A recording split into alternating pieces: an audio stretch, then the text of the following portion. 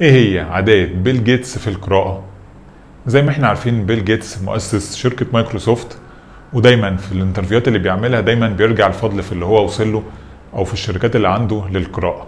بيقول ان القراءة دي بتجيب له افكار كتير وساعدته بشكل كبير على تطوير شركاته لحد ما وصلت للشكل اللي فيه الحالي. لما بيتسأل في الانترفيوهات ايه العادات اللي هو بيعملها اثناء القراءة او بيقرا ازاي، دايما بيركز على 6 حاجات. اول حاجة كتابة الملاحظات، هو دايما يحب وهو بيكتب ياخد ملاحظات. عادة حسب ما بيقول ان الملاحظات دي بيكتبها على هامش الكتاب اللي بيقرأه. الحاجة التانية ان هو دايما بيبقى حريص ان هو يربط ما بين الافكار الجديدة اللي هو لسه متعلمها دلوقتي من الكتاب بافكار قديمة عنده او معلومات قديمة عنده، عشان يقدر يحتفظ بالافكار الجديدة او المعلومات الجديدة لاطول فترة ممكنة. تالت حاجة بيعملها هو بيبقى محدد الهدف بتاعه من الكتاب قبل ما يقراه. يعني بيقول انا عايز اطلع من الكتاب ده عارف حل المشكلة ما، عايز اعرف معلومات عن حاجة معينة وهكذا. مهم جدا بالنسبة له ان هو يكون محدد الهدف ده.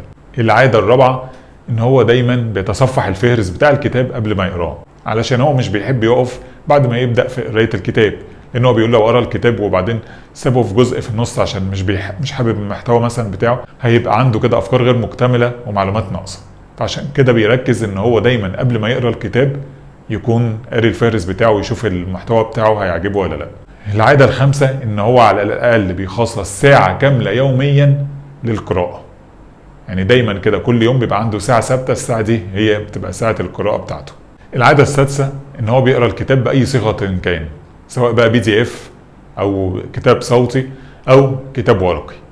هو طبعا بيقول ان هو بيفضل يمسك الكتاب في ايده، بس لو مش قادر لاي سبب من الاسباب يبقى معاه النسخة الورقية، بيقرا عادي النسخة الالكترونية وبرضه بيستفيد منها نفس الاستفادة.